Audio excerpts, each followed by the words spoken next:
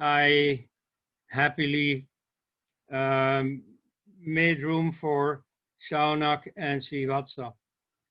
And they are going to show that Ramswarup's thought has percolated to the next generation. So please, Shaunak and Srivatsa, you have the floor. Thanks a lot for introducing us, sir. Om Shri Guru Bhyo Namaha.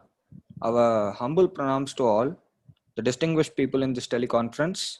It is a matter of great pleasure for us to be presenting our debut paper in this very esteemed platform. I would like to thank Professor Cohenrad El sir and India Facts for providing us this opportunity. Now, in this paper, we will introduce the Abrahamic religions in brief and cover some of the most prominent criticisms of these religions through the lens of Ram Swarup ji.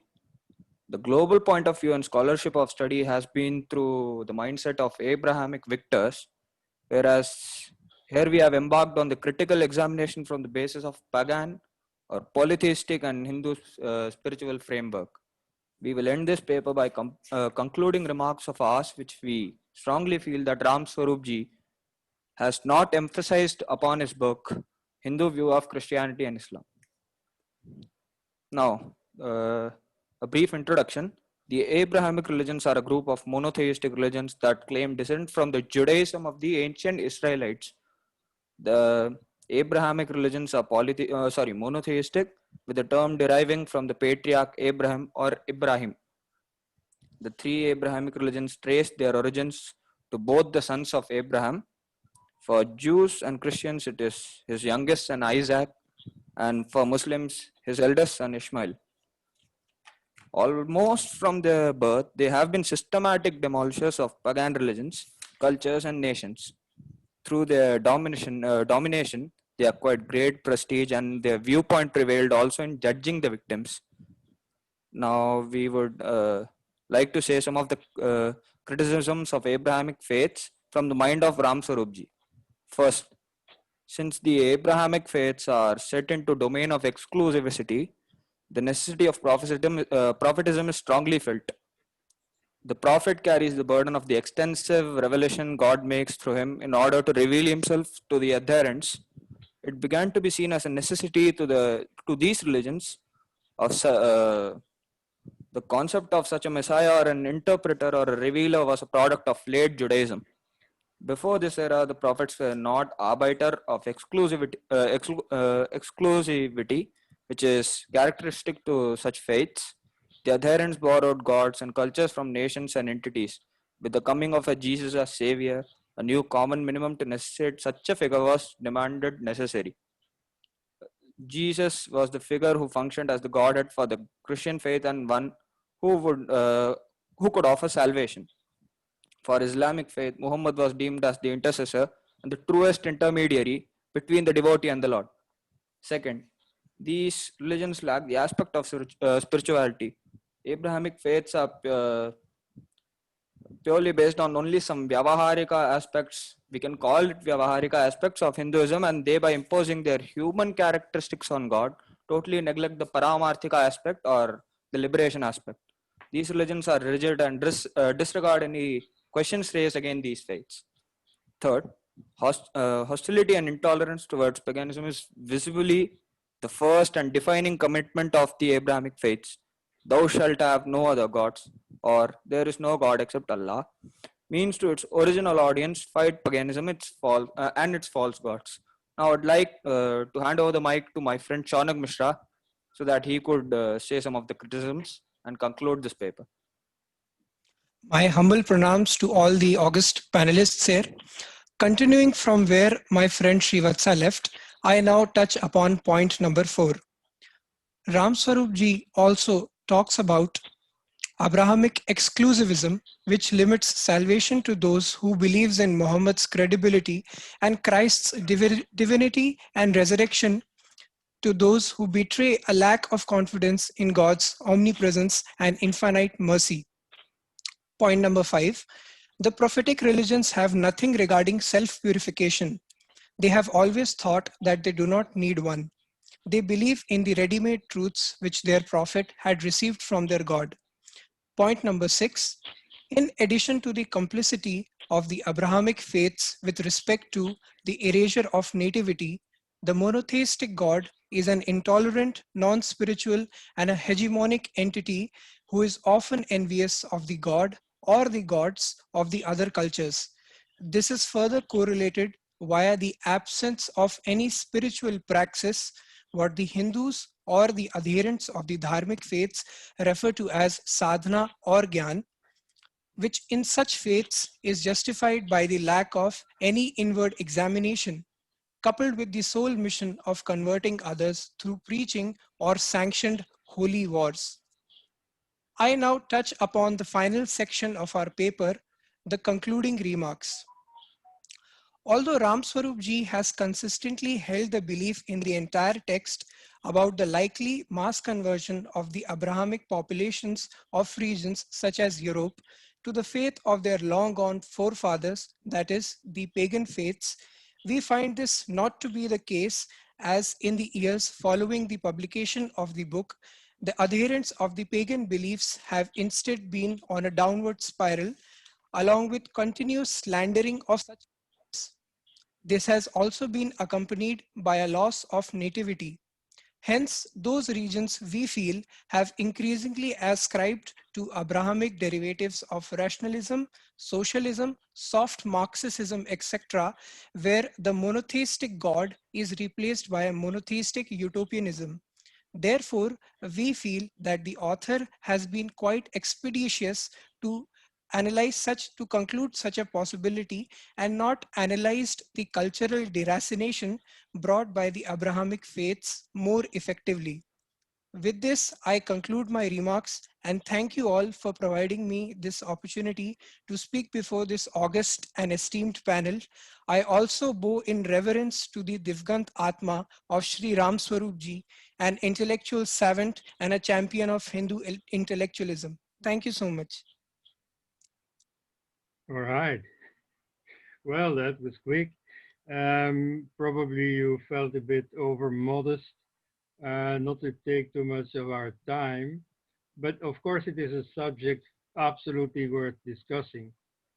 And I will myself open question time by asking you, okay, there is something wrong with Christianity and Islam. Is that useful? You see, I mean, there are many funny ideas in the world of religion going about the world over, but nobody cares. And I mean, if people want to believe, for example, that there has been no evolution, that everything was created ready-made and so on, it has no real consequences. You can live with that. Why is it important now to go into the philosophical shortcomings of those two religions? Sir, I for one reason would feel that because if you see Abrahamic religions, let us suppose Christianity for one instance, most of what the Christian religions, or we can say the Judeo-Christian culture, has been built on an ideological backbone of Greek and Roman cultures, which were polytheistic and pagan in nature. So, sir, we feel that the idea of human species is related to the natural afflictions of the world, which are satisfied by the pagan or polytheistic religions. The monotheistic religions try to impose a sense of rigidity and a sense of artificialness into the human nature and try to bind it or bring out bring out its evil natures. All right. Well, you see, playing devil's advocate. Sir, I believe that the rigidity of these religions can be Okay. directly related to the dictatorship, I guess. Okay. Now, if I were a Christian, which I'm not, and I would be faced with these arguments, I would point out that, okay, you know, we will for a moment put the monopoly pretension of Christianity, of being the only truth, of Jesus being the only savior.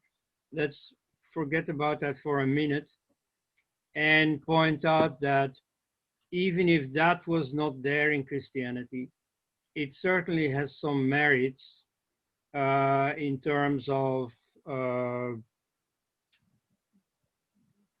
for example, um, the abolition of human sacrifice. You see, this existed in some religions.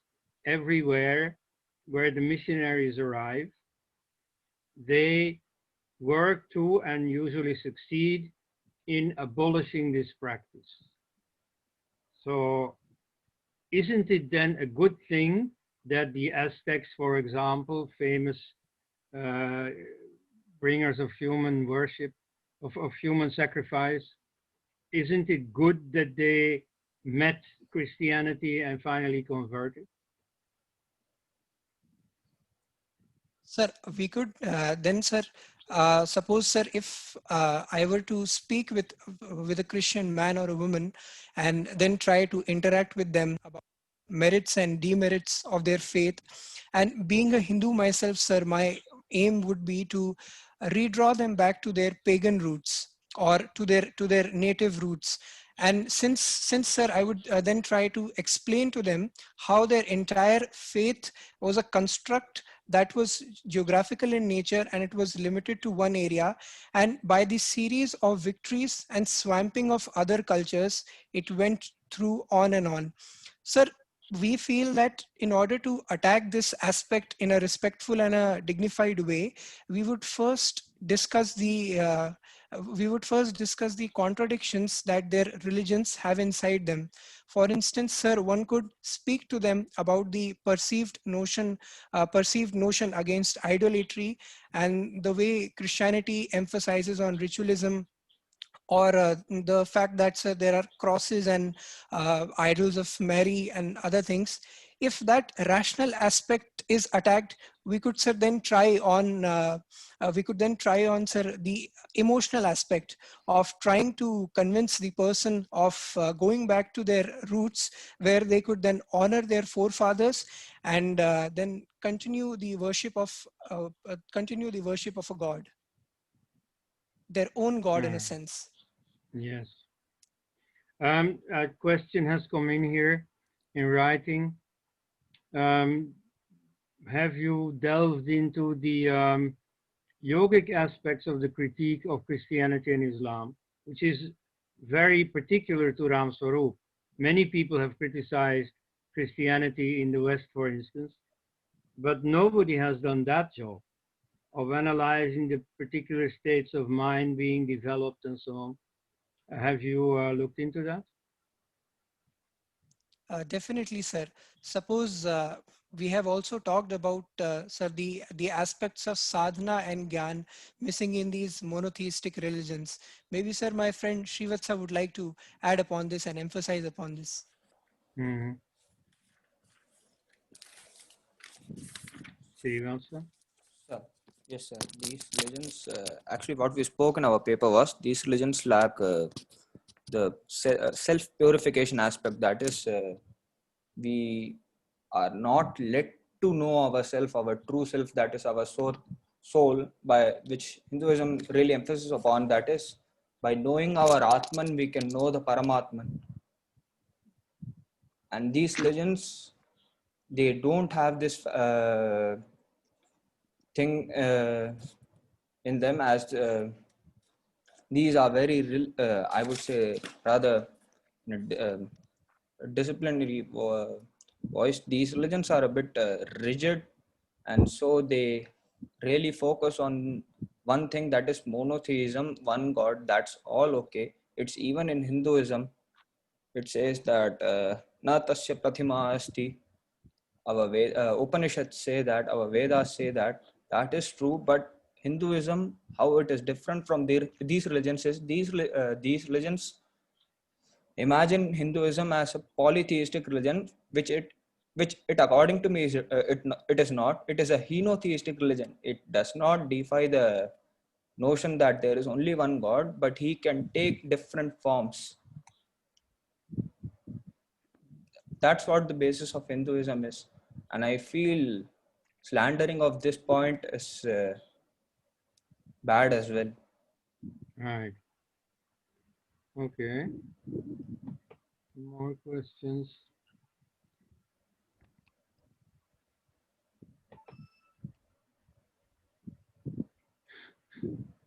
Oh, okay.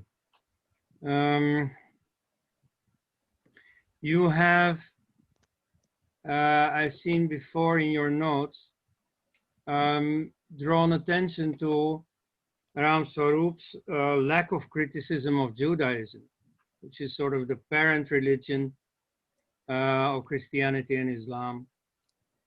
Do you want to let us know about that? Sir, the main criticism which we had with Ram Swarup ji in his book about Judaism, we felt, sir, he had not drawn enough attention to the aspects of Judaism, especially the practices against idolatry which are mentioned in, for instance, Talmud, and their supposed branching out to the other monotheistic religions or the branches of these monotheistic religions. So, sir, we felt that a lack of attention, especially to the scriptures of the Jewish scriptures, and especially their attacks against paganism, it was not discussed adequately. Yes, it was mentioned, but we felt, sir, it could have been he could have delved into that a bit more, owing to the fact that it is the parent religion of them all. Okay, thank you. In fact, later today, I'll take it up in my own speech because it's a very important topic, in my opinion.